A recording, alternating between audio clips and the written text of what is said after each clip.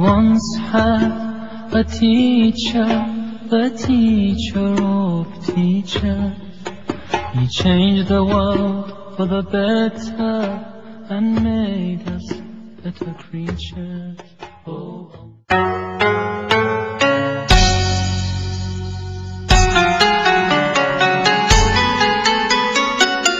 Baharul Madhi jilid 9.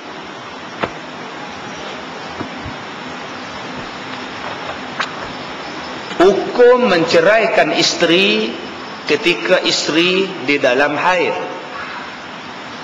Bila diceraikan isteri di dalam haid, hukumnya ialah jatuh talak. Talak itu jatuh. Tetapi perbuatan perceraian itu hukumnya berdosa. Siapa yang berdosa? Suami yang berdosa. Bila dah ceraikan isteri ketika haid, berdosa, talaknya jatuh, apa kena buat? Sunat dirujuk kembali. Rujuk balik dengan isteri yang diceraikan di dalam haid tadi. Dan bila dah dirujuk, jadilah balik suami isteri.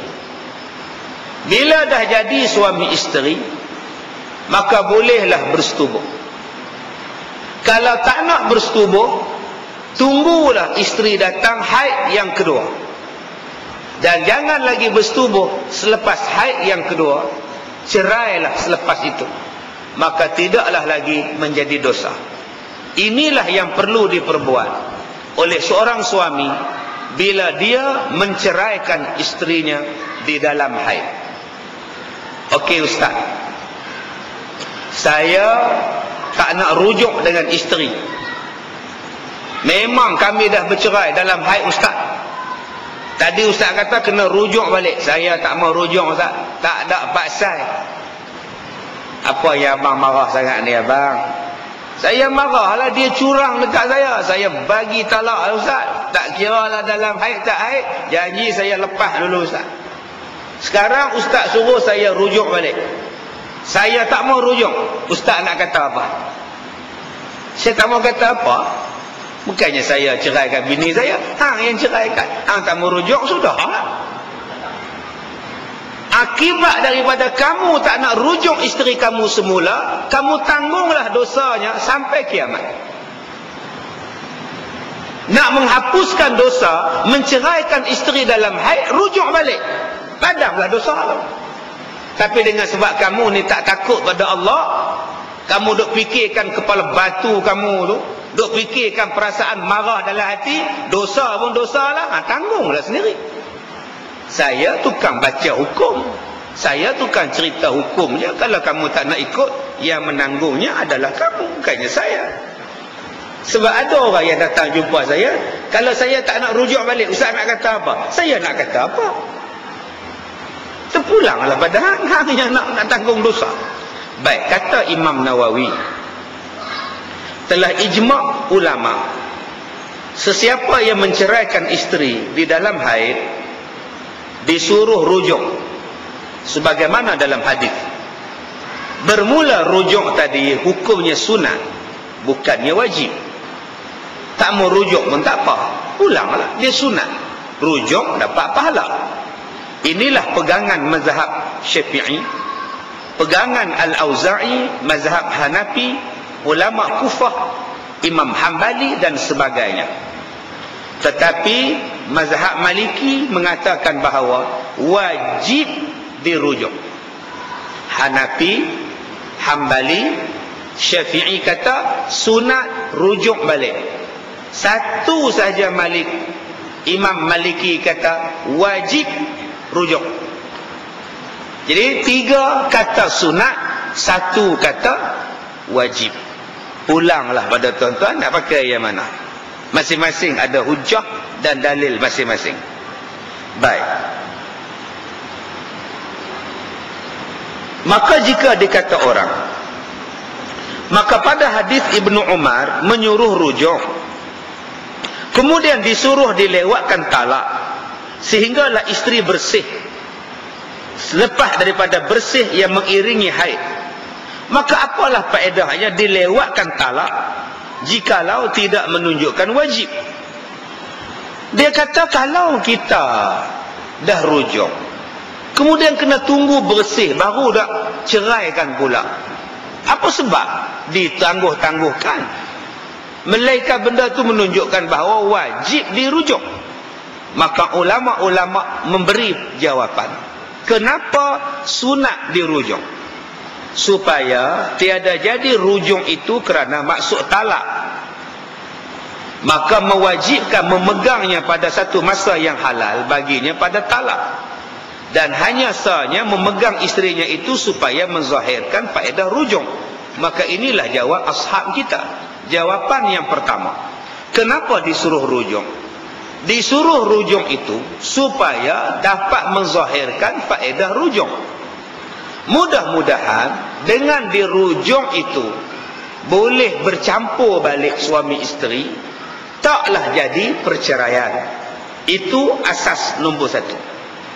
Sebab yang kedua, menjadi dera kepada suami, menjadi hukuman kepada suami, supaya mendatangkan taubat daripada maksiat kerana menceraikan isteri di dalam haid. Lain kali jangan buat, rujuk balik sebagai satu peringatan. Ketiga, suci yang pertama dengan haid yang mengiringinya, padahalnya ialah yang memberi talak di dalamnya adalah puruk yang satu. Maka jikalau ditalaknya pada awal suci, nescaya adalah ia seperti memberi orang talak di dalam haid. Kenapa kena tunggu 2 kali bersih baru diceraikan? Supaya betul-betul mengesahkan bahawa isteri itu berada dalam keadaan suci daripada mengandung dan sebagainya. Dan yang keempat, ditegahkan suami menceraikan isteri di dalam, ditegahnya suami memberikan talak isterinya di dalam suci supaya lama masa tinggal dengan isterinya. Maka barangkali dijimaknya akan dia boleh menjadi hilang apa-apa yang menyebabkan perceraian berlaku. Jadi tuan-tuan, itulah sebabnya kenapa disuruh sunat rujuk bila menceraikan isteri di dalam haid ataupun di dalam nifas. Baik, masalah kelima, talakkan isteri di dalam masa sucinya daripada haid yang dijimaknya, apa hukum? Berkata Imam Nawawi, haram menceraikan isteri di dalam suci daripada haid padahalnya dijimak di dalamnya. Termasuk yang haram dicerai ialah semalam kemarin, 2 hari kemarin mereka bersetubuh.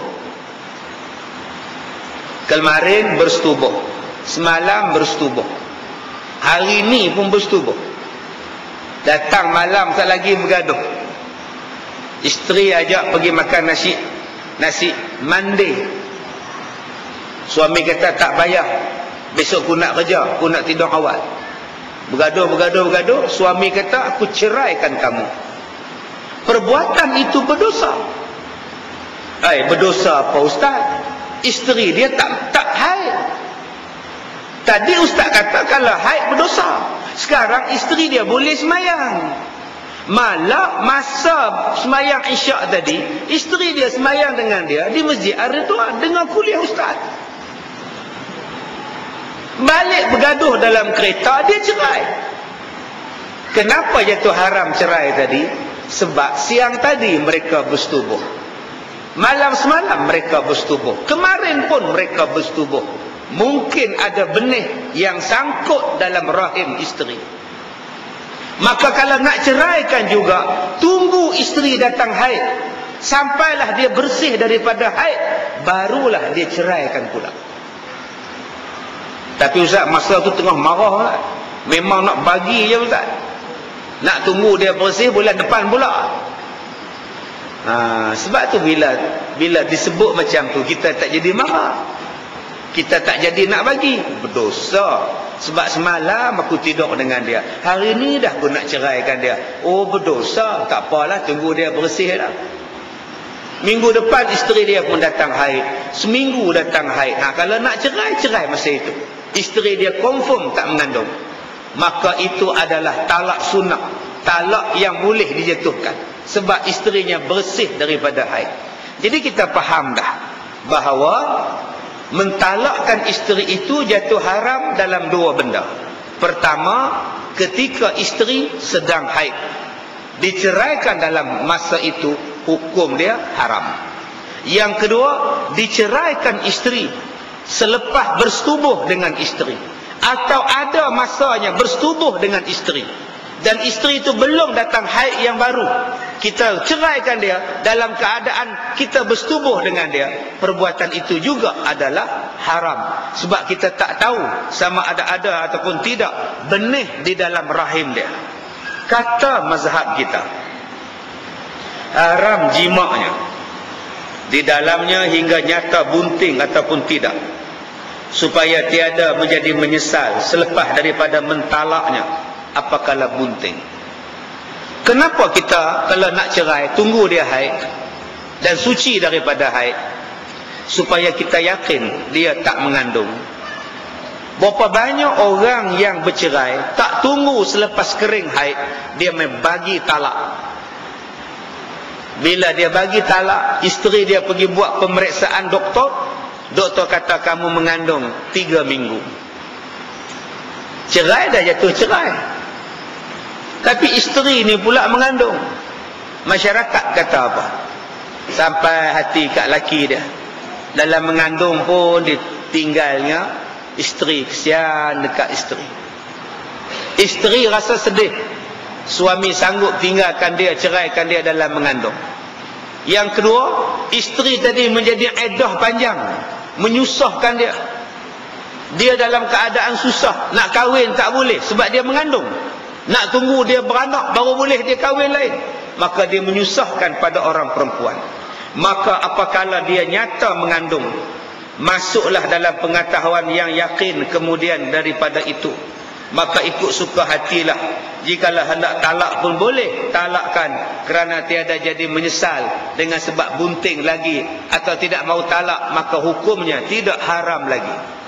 Tetapi kalau isteri tadi mengandung, dah tahu dia mengandung, tadi kita tak tahu isteri kita mengandung, diceraikan pada waktu itu. Sekarang ini tuan-tuan tahu isteri tuan-tuan mengandung. Balik pada klinik, isteri kata, abang, saya mengandung 4 minggu. Bagus, aku nak dengar sangat hang mengandung. Aku dah pesan dah, jangan mengandung. Aku tak suka. Anak kita dah 8, aku tak larat belah. Sekarang aku ceraikan hang, talak 1. Masya Allah, zalimnya suami. Adakah berdosa si suami menceraikan isteri ketika dia mengandung? Hukum dia tidak berdosa. Tidak haram menceraikan isteri ketika isterinya mengandung. Yang haram ialah menceraikan dia ketika suami dia mengandung. Yang tu bohong lah tuan-tuan, saja tambah lah. Tak haram menceraikan isteri ketika isteri mengandung. Tak haram, tak berdosa. Yang haram tu 2 ya. Waktu isteri haid. Yang kedua, ketika bersetubuh dengan isteri, ataupun ada masanya bersetubuh dengan isteri yang tak tahu isteri itu mengandung ataupun tidak, waktu itu diceraikan, itu haram. Tetapi kalau isteri itu mengandung, tak haram ditalakkan. Tapi ustaz, tak kesian ke ustaz? Dia mengandung kena cerai, kesian. Sebab siapa? Suami itu pun jahat. Isteri itu memang seronok pun suami ceraikan dia. Tak jatuh haram. Yalah ustaz, kalau isteri itu tak jahat, suami yang jahat, suami tak bagi nafkah, memanglah isteri seronok kalau mengandung. Tapi kalau isteri itu pula diceraikan dalam mengandung, sedangkan dia tak ada kerja apa ustaz, tidakkah itu kezaliman pada orang perempuan? Kezaliman apa? Sepanjang isteri tadi mengandung, suami wajib tanggung makan minum, suami wajib bagi pakaian, suami wajib bagi pada dia rumah, malah suami wajib menanggung perbelanjaan persalinan isteri tadi. sebab dia masih dalam iddah si suami. Dan suami boleh rujuk bila-bila masa selagi mana belum bersalin si isteri. Walaupun dah 8 bulan mengandung, walaupun dah 8 bulan bercerai, masih boleh rujuk sebab suami isteri tadi masih dalam iddah suaminya. Boleh? Apa nak satu jatuh salah? Jadi kalau kakak-kakak bercerai ketika mengandung dan suami tak nak rujuk, klaim. Makan minum klaim, sewa rumah klaim, beli lampin anak klaim, botol susu anak klaim. Kalau boleh beranak dekat hospital 5 bintang. Jangan beranak hospital kerajaan, leceh kan? Pergi dekat tu Ampang Puteri tu, ambil bilik seorang, duduk lama pun tak apa. Doktor suruh balik, tak mau balik saja, nak cas lebih. Pecah suami dia, pergi botak lagi dia sikit. Tetapi ustaz, macam dia ceraikan isteri dia. Waktu tu isteri dia mengandung 5 bulan ustaz. Jadi eddahnya sampai bila ustaz? Eddahnya sampai bersalin. Jadi dia cerai dalam 5 bulan. Mahkamah pun kata jatuh talak. Isteri balik-balik tu ustaz, naik tangga, jatuh tangga gugur ustaz. Licin, pijak, kulit pisang, jatuh tangga, terberanak tu. Pergi ke hospital, doktor pump vacuum buat keluar budak mati dah. Jadi macam mana ustaz? Jadi macam mana apa? Macam tu. Maknanya dah habis iddah.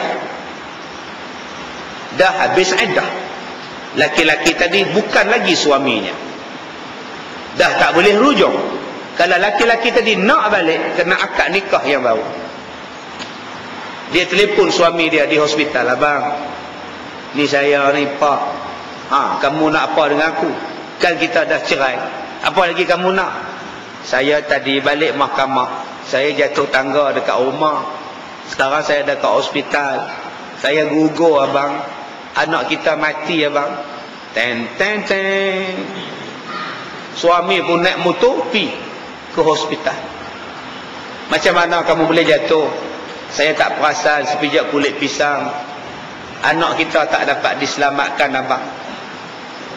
Abang pun menyesal ceraikan kamu. Sekarang abang rujuklah dengan kamu. Oh, tak boleh dah, sebab dah tak mengandung. Ustaz, baru tadi mahkamah sah kau ustaz. Belum sampai 3 kali suci ustaz. 3 kali suci apa lah, dia dah suci lah. Tak ada lah, habis dah. Pasal dia dah mengandung, dia dah gugur, habis.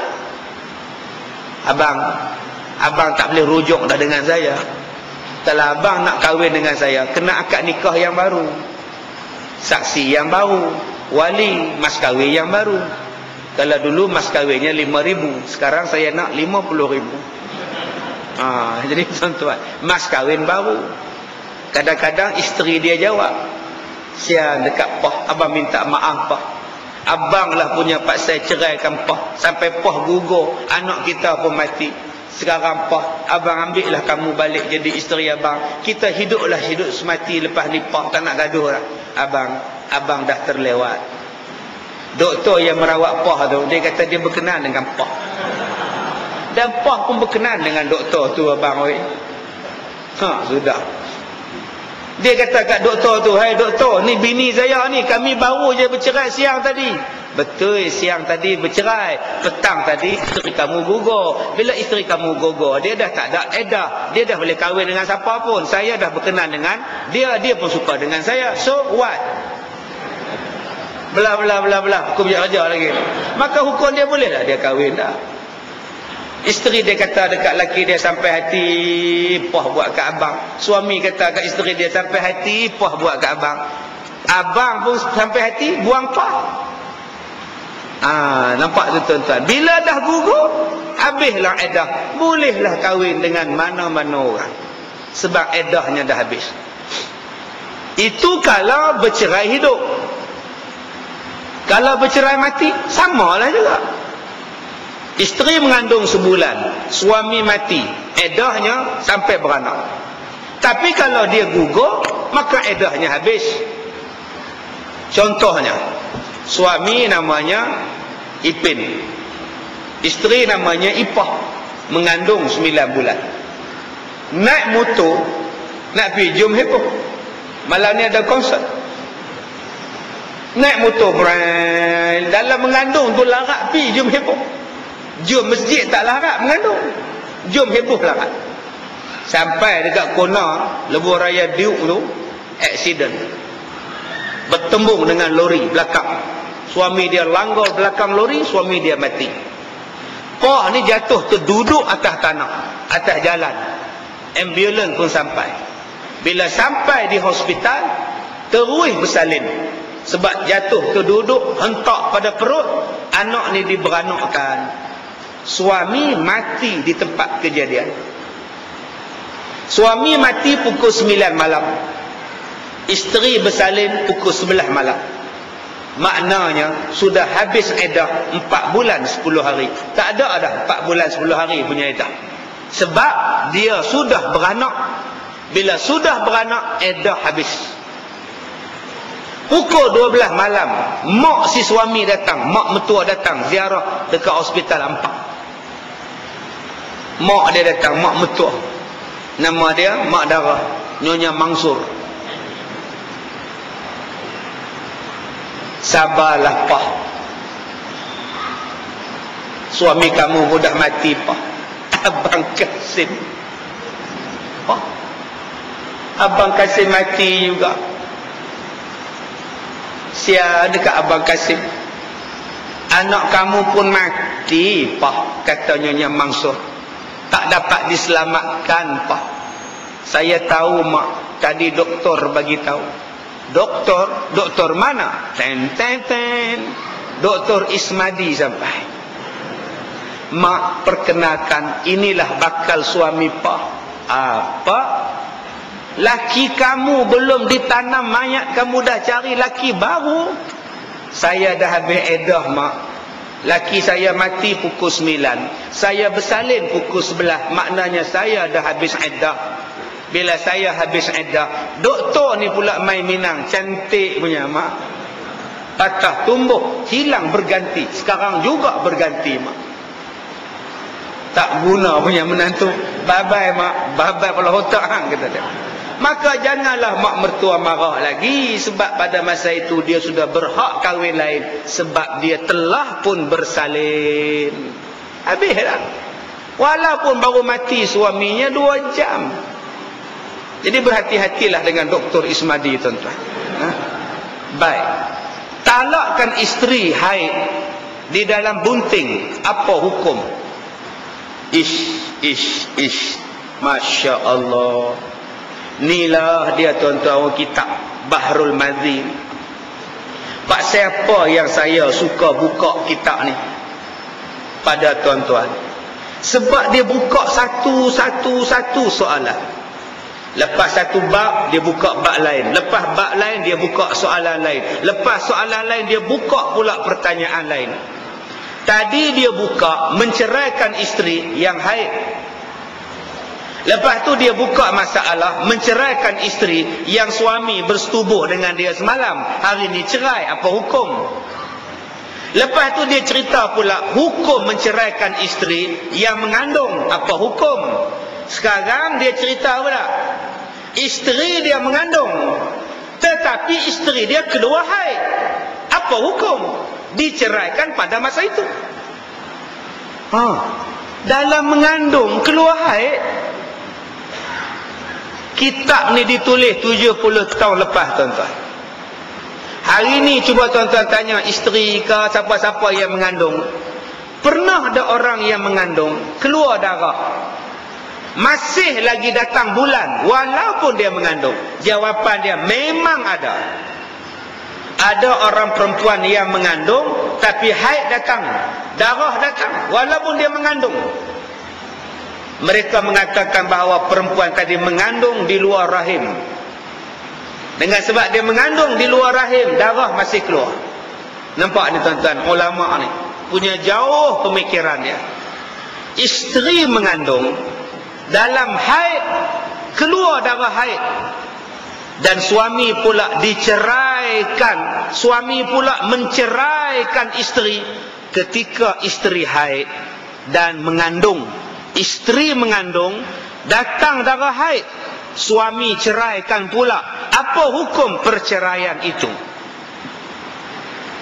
Imam Nawawi dalam kitab Syarah Muslim berkata, jikalau isteri seseorang haid padahal dia mengandung, maka qaul yang sahih di sisi kita ialah, dan dinaskan oleh Imam Syafi'i, bahawasanya tiadalah haram atas suami menceraikannya, kerana haram memberi talak itu hanya di dalam haid. Mana-mana isteri yang mengandung dan datang darah haid, kalau suami menceraikannya, hukumnya tidak haram. Tadi ustaz kata haram. Haram sebab isteri tak mengandung. Sekarang isteri mengandung dan keluar darah haid, maka pada masa itu kalau suami ceraikan dia, tidak haram. Kenapa tidak haram? Kerana perempuan tadi memang eddahnya lama, sebab isteri tadi, perempuan tadi dalam mengandung, memang eddahnya lama. Cerai tak cerai pun memang dia kena tunggu sampai bersalin. Maka dengan sebab itulah tidak menjadi haram. Dan ada pun orang yang bunting lagi haid, maka eddahnya ialah dengan beranak. Dengan kerana itu tidaklah haram menceraikan, kerana tiada memanjangkan masa eddah. Sebab eddah orang mengandung memang panjang, hanya akan selesai dengan bersalin sahaja.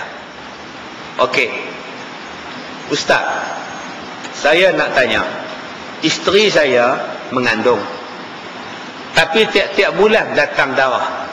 Darah ni kategori darah apa ustaz? Istihadah atau darah penyakit atau darah apa? Orang perempuan yang datang mengandung tetapi masih datang bulan, mesti ada masalah pada kandungan dia. Mesti ada masalah. Maka silalah refer kepada doktor untuk merawat isteri tuan-tuan yang tetap datang bulan walaupun datang haid, walaupun mengandung. Sebab orang yang mengandung, dia akan menghentikan darah haid. Sebab itu darah tadi terkumpul dan akan keluar merebak selepas bersalin. Nama dia nifas. Waktu haid dia simpan, dia tak keluar. Dan dia akan terberanak nanti dengan darah-darah tu akan keluar, mengambil masa kadang-kadang 40 hari sampai 60 hari nak diselesaikan. Itulah nama dia darah nifas. Tuan-tuan, jadi soalan dia, itu darah apa ustaz? Jadi kita sendiri boleh lihat. Darah istihadah warnanya apa? Darah haid warnanya apa? Darah istihadah lebih cair daripada darah haid. Darah istihadah warnanya merah. Darah haid warnanya merah kehitaman. Darah istihadah akan memanjang-manjang warna merah. Sebaliknya darah haid akan bertukar kala daripada merah kehitaman kepada merah kecoklatan, sampailah kepada warna coklat kekuningan, maka bersihlah dia. Tetapi istihadah akan berterusan warna merah. Kalaulah darah itu darah istihadah, maka isteri tadi wajib solat walaupun keluar darah, sebab dia bukan darah haid, dia darah istihadah. Tetapi kalau dia mengandung, keluarnya darah haid, memang confirm haid, maka tak perlulah dia sembahyang lagi. Jadi kena kenal pasti. Abang-abang, bapak-bapak, kena pasti. Adakah ini darah istihadah atau darah haid? Jangan kita kata pada isteri kita, manalah aku tahu, benda tu kamu punya. Jangan jawab macam itu. Abang, saya ni mengandung, tapi datang bulan, darah apa ni abang? Mana aku tahu? Kalau aku ada, aku tahulah jawapan dia. Aku tak ada. Senang jawab. Padahal isteri itu kita punya. Bila sebut isteri itu kita punya, everything Isteri tu kita kena tahu. Setiap inci tubuh badan dia kita kena tahu. Jangan tak ambil tahu, dia isteri kita. Uban dia kita kena ambil tahu, mata dia kita kena ambil tahu, sampai kuku dia pun kita kena ambil tahu. Jangan kita kata tu kamu punya sendirilah, aku banyak kerja lagi nak buat. Kerja tu kerja, tapi isteri tanggungjawab kita. Baik. Talak kepada isteri ada 4 bahagian. Imam Syafi'i berkata, talak yang pertama dipanggil haram. Haram talak. Apa dia haram? Apabila isteri sedang haid atau selepas isteri disetubuhi, maka haram ditalak. Tapi hukum dia tetap jatuh talak. Yang kedua, makruh. Makruh. Masa bila makruh? Makruh ditalakkan ialah jika tidak ada sebab. Tak ada sebab. Tak ada sebab. Semalam kita tengok mereka duk makan lecikang, elok duk kongsi gelas dua-dua orang. Hari ni cerai. Kenapa cerai dia? Saja. Jumpa pi'ah. Kenapa pi'ah? Cerai pi'ah. Sajalah. Kenapa saja? Sajalah, cari orang lain pula, kata dia. Dah 2 tahun rasa dengan dia, rasa dengan orang lain pula, kata dia. Astagfirullahalazim. Itu nama dia makruh tanpa sebab. Nombor 3, wajib bercerai. Masa bila wajib bercerai? Bila mahkamah memutuskan kamu mesti bercerai, maka pada masa itu wajib bercerai. Isteri mengadu pada hakim, mata ni lebam, mata sini lebam, kena tumbuk. Mahkamah buat persidangan, perbicaraan, didapati memang layak isteri ni minta cerai, maka wajib bercerai. Mahkamah arahkan. Yang keempat, sunat. Sunat bercerai. Bila salah seorang atau kedua-dua suami isteri sudah tidak mampu melaksanakan tanggungjawab sebagai suami atau isteri, sunat bercerai. Abang, saya rasa saya tak boleh hidup dengan abang. Saya tak boleh hidup dengan abang. Abang suka jaipong, saya suka keju. Abang suka dandut, saya suka rock. Macam mana? Abang suka ini, saya suka itu. Tak sama. Madu di tangan kananmu. Ini lagu Indonesia ni. Racun di tangan kirimu. Jadi kita tak sesuai lah abang. Saya rasa saya tak boleh hidup dengan abang. Suami dia kata, aku pun tak boleh hidup dengan hang. Lemah perut aku hidup dengan hang. Hang cara hang, aku orang kampung, hang orang pekan. Bila aku pergi rumah mak hang, aku buat cara kampung. Aku nak makan guna tangan, hang guna gerpu. Tak sesuai kita ni. Maka kalau dah agak-agak tak boleh nak jadi suami isteri, sunat bercerai. Bincang elok-elok, sunat bercerai. Pak, abang ni kamu tahulah, kerja abang panjat pokok kelapa. 2 bulannya lepas abang kemalangan pokok kelapa. Panjat-panjat pokok kelapa, ada ular di atas. Ular tu sergah dia. Terkejut hamba Allah ni. Menggelongsor turun ke bawah. Jatuh tersempuk atas tanah. Tapi tak mati. Ada benda lain yang mati. Suami tak mati, masuk hospital sekejap seminggu. Tes tak mau. Ambil apa termometer pun semua pun tak mau naik lah. Tak ada jarum naik. Dia bateri tak ada. Pergi ambil bateri warna merah, warna hitam, tes tak mau naik. Isteri dia kata, abang, saya ni muda lagi abang. Abang dah tak boleh layan saya. Nak layan macam mana pohoi. Hak aku ada ni pun boleh tengok saja. Kalau gitu macam mana abang? Nak buat macam mana? Dah abang tak mampu. kita bercerai sajalah. Pak, isteri kata okey, maka sunat bercerai. Sebab dah tak boleh layan suami, tak boleh layan isteri. Jadi isteri, suami bila tak boleh layan isteri, cuba tanya elok-elok, Pak, abang ni kencing mana? Hang pun faham masalah abang lagu mana. Tinggal impian saja, kenangan yang lama ya ingat. Jadi kalau abang tak layan kamu, tak bagi nafkah batin pada kamu, kamu kisah ke tak kisah? Aiman tak kisah. Jawab isteri, tak apalah abang, saya boleh hidup dengan abang pun tak apa. Tak payahlah kita bercerai. Hidup saya bukan nak benda tu ya abang. Lagipun abang dah 70, saya pun dah 60, apa lagi? Kalau macam tu tak kisahlah, sebab isteri tak kisah. Tapi kalau suami secara gentleman, dia kata pada isteri dia, Pak pun tahu masalah abang. Abang dah urut, abang dah makan minyak, dengan lintah tu abang telan sekali.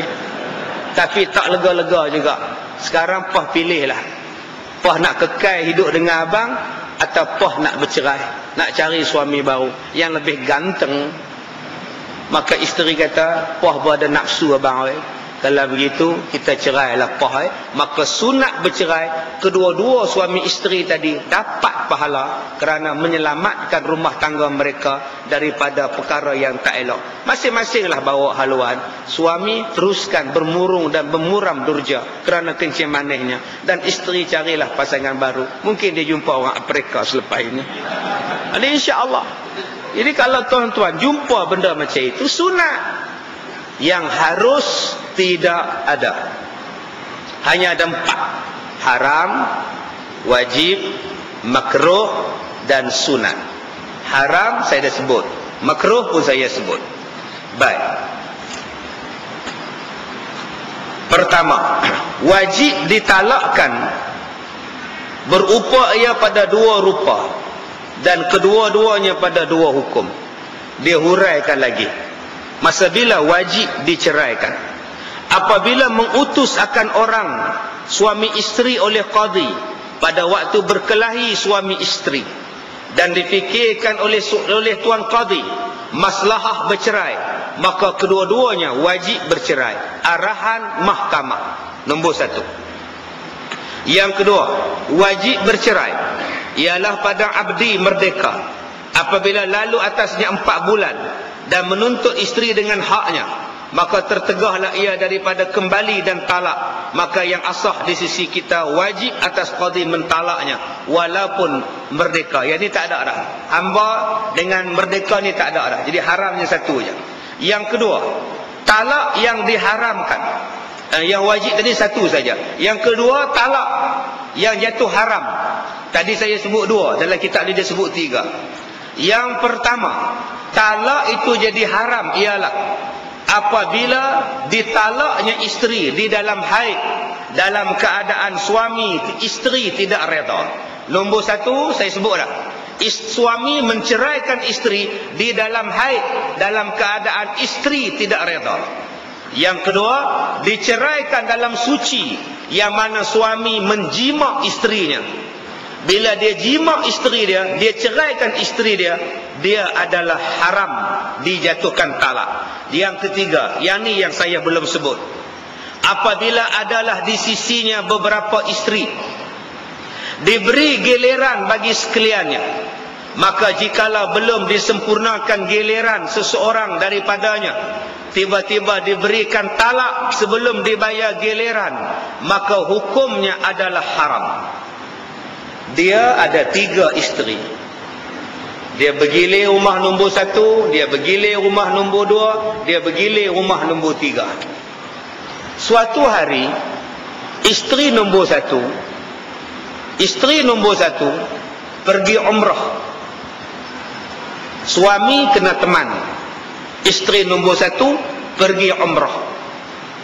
Akhirnya 2 isteri ini tak dapat giliran sebab suami pergi umrah. Maka suami tadi berhutang giliran dengan isteri nombor 2 dan isteri nombor 3. Dia pergi umrah 15 hari. 15 hari bahagi 3, jatuh seorang berapa? 5 hari ya. 5 hari berhutang dengan isteri nombor 2 dan 5 hari berhutang dengan isteri nombor 3. Sampai di umrah, isteri nombor 1 duk cocok suami dia.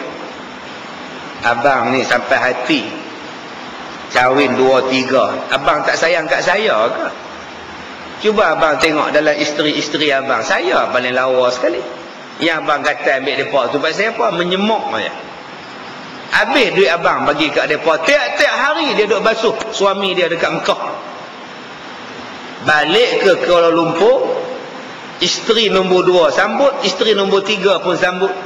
Siap tulis lagi, abang Haji selamat balik, tulis kayak rentang lagi. Suami ni pergi dekat isteri nombor 2, aku cerai hang talak 1. Pergi dekat isteri nombor 3, aku cerai hang talak 1. Perbuatan si suami tadi adalah haram, kerana dia belum bayar hutang giliran 5 malam dan giliran 5 malam isteri nombor 2 dan nombor 3. Perbuatan si suami adalah berdosa. Hukumnya adalah haram sebab belum membayar hak isteri nombor 2 atau isteri yang seterusnya. Jadi jaga-jaga tuan-tuan. Yang mana menikah 2 atau lebih daripada seorang, belajar sungguh-sungguh. Jangan belajar macam mana nak menikah ya. Jangan belajar macam mana nak pergi menikah di Siam ya.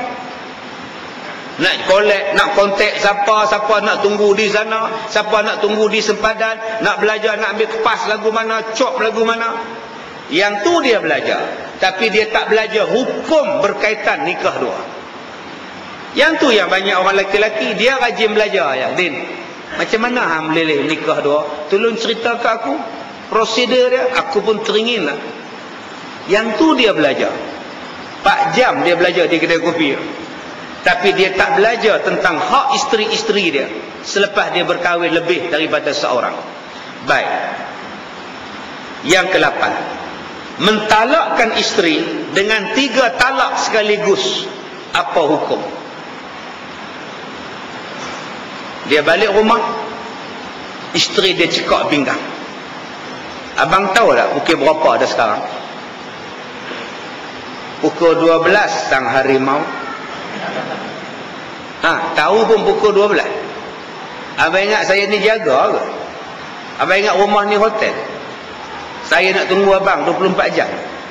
Dia punya beletek dekat suami dia. Suami ni dah lah kena speed track, dah lah letih, balik kena cekak pinggang pula. Suami kata, aku tak nak cakap banyak, aku letih, aku nak mandi, aku nak sembahyang isyak, aku nak tidur, aku penat. Habis tu saya ni tak ada perasaan, saya ni tak penat, awak je penat. Saya ni jaga budak-budak, awak ingat tak penat? Awak ingat saya ni apa? Babu? Sudahlah, dah kau kata aku penat, penatlah. Awak je tahu penat, saya tak tahu penat. Dia ikut suami tu bila bilik air. Aku nak mandi ni, lantaklah, saya nak cakap juga. Isteri ni ya Allah, suami ni hilang sabar, dicekaknya isteri tu, diangkat lagu tu. Hang nak apa pada aku? Nak cerai? Aku bagi hang 3 sekali. Ambil hang, aku cerai hang talak 3. Dia turun balik isteri dah. Sampai hati abang. Sekarang jatuh berapa talak itu? Adakah 1? Adakah 2? Adakah 3? Berkata Imam Nawawi rahimahullahu ta'ala, tiada haram mentalakkan isteri dengan 3 talak sama sekali di sisi mazhab kita Syafi'i. Tetapi janganlah buat demikian.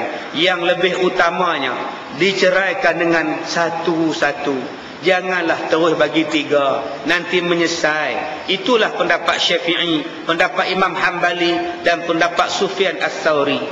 Tetapi hukum dia tidak haram, maknanya jatuh 3 talak. Kalau tuan-tuan kata aku ceraikan hang talak 3, jatuh 3. Tapi ustaz, hari tu saya mengajar dengan satu ustaz. Ustaz tu kata 1 ustaz. Pergi tanya dia, jangan tanya saya lah. Dah jelas sebut tiga lah. Yang tak jelas tu apa? Angkat isteri dia, hang nak berapa? Aku bagi. Cakap banyak sangat ni. Aku ceraikan hang talak 1000. Dia turun balik. Menung isteri dia. 1000 tu berapa ya, kata dia. Yang ni yang kena pergi ke mahkamah. Mahkamah akan panggil suami. Report daripada isteri kamu. Kamu ceraikan dia talak 1000. Mana ada 1000? Hakim tanya. Sekarang aku nak tanya pada kamu, kata hakim. Berapakah niat kamu ketika kamu menceraikan isteri kamu dengan talak 1000? Saya niat 1, Tuan Hakim. Baik, silakan bersumpah. Maka dia pun angkat tangan. Wabillahi, watallahi, walillahi. Dia pun bersumpah dengan niat talak 1. Maka jatuhlah talak 1. Walaupun dia sebut talak 1000. Maka kalau dia sumpah 1, maka jatuhlah 1. Okey Ustaz. Masa dia talak 1000 dalam bilik mandi tu Ustaz, aku cerai hang talak 1000. Dia goncang kepala isteri dia tu. Memang dia nak bagi 3 Ustaz. Tiba-tiba dalam mahkamah dia boleh angkat sumpah, dia kata 1. Macam mana cerita Ustaz? Ingat, dia bersumpah dengan kalimah Allah. Dia sebut dengan kalimah Allah. Jangan main-main dengan sumpah Allah. Dah sebut nama Allah, kamu sumpah, kamu tipu, tanggung kamu akibat daripada sumpah. Mahkamah tetap pakai yang dia sebut. Kalau 1. Mahkamah takkan tanyalah, mengakulah terus terang berada, berapa berada. Mahkamah tak tanya lagu tu. Mahkamah tanya, hang niat berapa? Sumpah. Okey, isteri dia niat talak 1. Maknanya hampa berdua boleh rujuk balik, selesaikan di rumah. Okey Ustaz, tadi itu suami kata talak 1000. Suami saya pula Ustaz, dia kata lagu ni. Dia angkat saya tu, kepala tengkuk tu dia angkat. Macam undertaker angkat Ustaz. Dia kata, hang nak sangat talak. Aku ceraikan hang dengan talak perhabis. Aku bagi semua talak ke hang. Dia tak sebut 1000, dia sebut semua. Berapa Ustaz? Semua ni 3 lah. Jawapannya bulan depan. Masa dah tamat. Dah sakit tekak dah tuan-tuan. Simpan malam besok pula di surah Al-Muttaqim. Surah Mustaqim AU 5 pula. Baik, sebelum kita tamatkan kuliah, ada apa-apa soalan?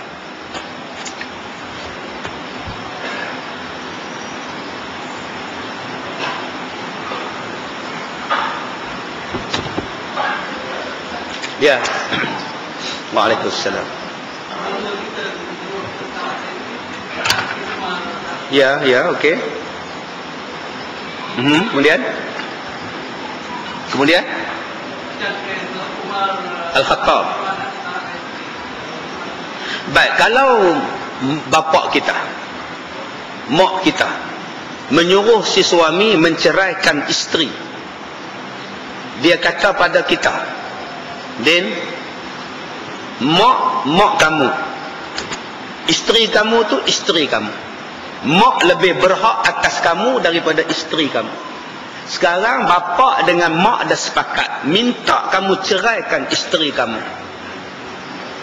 Arahan daripada kami, ceraikan isteri kamu. Jadi anak nak buat apa? Adakah nak taat pada mak? Ini mak, ni isteri. Maka ada beberapa langkah. Pertama, nasihat mak dengan ayah. Kenapa ayah suruh saya ceraikan isteri saya? Apa salah dia? Kalau mak tak puas hati dengan dia, tak apa, saya nasihat, saya ajar dia, saya bentuk dia. Tapi janganlah sampai bercerai. Mak, kesian anak-anak kami mak. Aku tak mau, aku benci kat bini hang. Bini hang tu tak lawa. Nak buat macam mana mak? Dah Allah jadikan dia macam tu. Walaupun muka dia tak lawa, tapi hati dia lawa mak. Tapi aku tak nampak hati dia, aku nampak muka dia. Aku serabut mulut, serabut perut, aku tengok dia. Mak, semerayu pada mak. Janganlah macam ni. Dah muktamad. Balik anak, telefon kakak. Step nombor 2 ialah minta adik-beradik tolong nasihat mak bapak. Kak Long datang, Abang Ngah datang, adik datang, nasihat mak. Mak, apa buat dekat Abang Long macam itu? Kak Long baik, mak. Aku tak suka dengan Kak Long kamu. Kamu anak beranak aku, jangan cabar nak mengajar aku pula. Anak-anak pun tak jalan. Akhirnya minta kepada orang yang lebih tua daripada mak bapak. Siapa orang yang lebih tua pada mak bapak? Pak saudara, mak saudara, tok saudara, opah, tok wan nasihat. Kenapa kamu ni PA? Kenapa kamu din? Aku ni orang tua kamu. Yang kamu suruh ceraikan tu pasal apa? Apa salah cucu aku dengan menantu aku? Menantu cucu aku? Ayah ni tak tahu apa. Ayah duduk diam-diam ayah. Saya ni ayah pada mereka. Menantu tu menantu saya, bukan menantu ayah. Ayah jangan cuba nasihat kami. Kami tahulah kerja kami. Saya minta maaf ayah. Saya cakap kasar dengan ayah ni. Dengan ayah dia pun dia lawan. Maka anak tadi boleh mengadu kepada Tuan Hakim. Tuan Hakim, mak saya, bapak saya suruh ceraikan isteri saya. Kami dah nasihat tapi mak tetap nak suruh kami bercerai. Apa kami perlu buat? Hakim akan panggil mak bapak. Qadi akan panggil mak bapak. Apa masalah makcik? Masalah pakcik? Yang duk suruh bercerai anak menantu ni pasal apa? Tuan Hakim duk dia diam. Sekali nampak ni, pasu bunga ni nampak. Dengar-dengar Hakim pun dia ugut sekali. Maka kalau sampai tahap macam itu, afdal ceraikan. Ceraikan. Sampai qadi pun tak boleh buat apa dah. Afdal masa itu ceraikan. Tak ke berdosa ustaz? Tak berdosa dah. Sebab saya mak yang suruh. Kalau mak yang berdosa, isteri anak dengan menantu tak berdosa. Sebab taat pada mak bapak.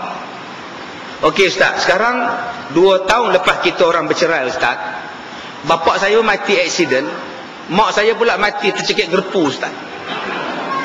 Jadi dua-dua orang dah mati lah. Alhamdulillah lah ustaz. Alhamdulillah. Astaghfirullahalazim. Mak kamu alhamdulillah apa? Okey, sekarang takdirnya mak dan bapak saya mati ustaz. Boleh tak saya rujuk balik? Saya kahwin balik dengan isteri saya, janda saya? Harus. Tidakkah bila saya kahwin dan balik dengan isteri saya dikira anak derhaka? Tak, pasal mak pak dah mati. Hukum dia harus.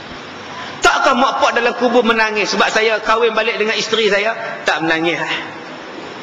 Dia takkan balik cekik kamu dah. Jangan faham mak tu balik, oh lawan dekat aku ye.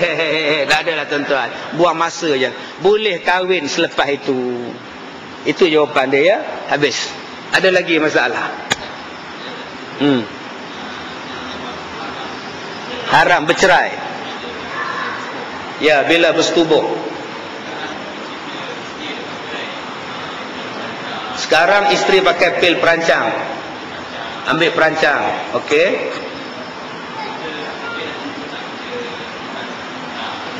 Tak mengandung, okey.